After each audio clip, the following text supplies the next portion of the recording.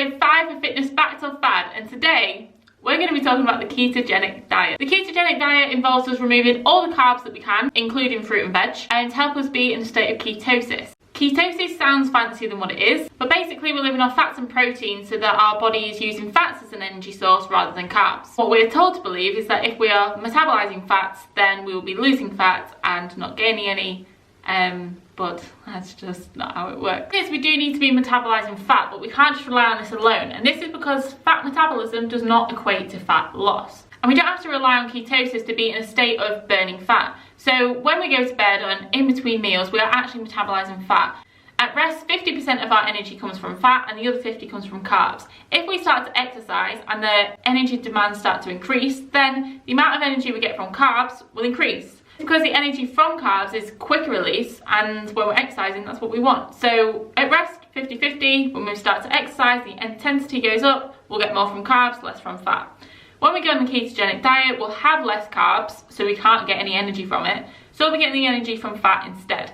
But again, this doesn't actually equate to fat loss. Let's get the little board out to explain why.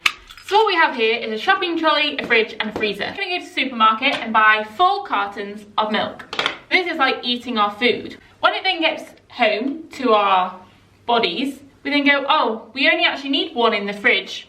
The rest are going to go off. So we're going to put them in the freezer until we actually need them.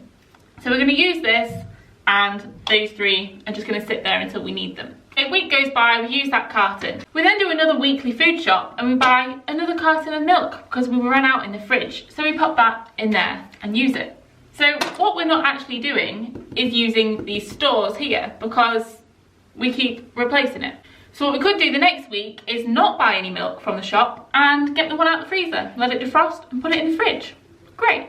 This would be fat loss. Fat metabolism would be if we took one out of the freezer, still bought one from the shop, and then went home and put that in the freezer. And then a week goes by and we do that.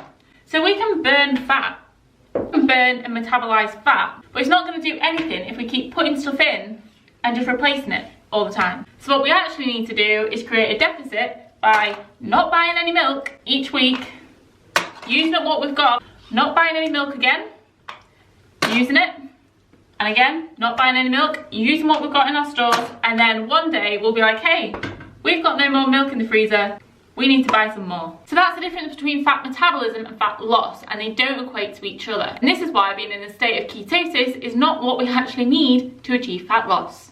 So the ketogenic diet, fitness fact or fad, it's a fad. So don't worry about buying anything for keto diets or removing carbs to be in a state of ketosis. Literally, just be in a calorie deficit and you will lose fat. Do not let yourselves be fooled by the marketing out there. If you know of anyone that is being fooled, send this video to them. Tell them that fat metabolism is not the same as fat loss. And if you've got any questions, drop them below because I'm happy to talk more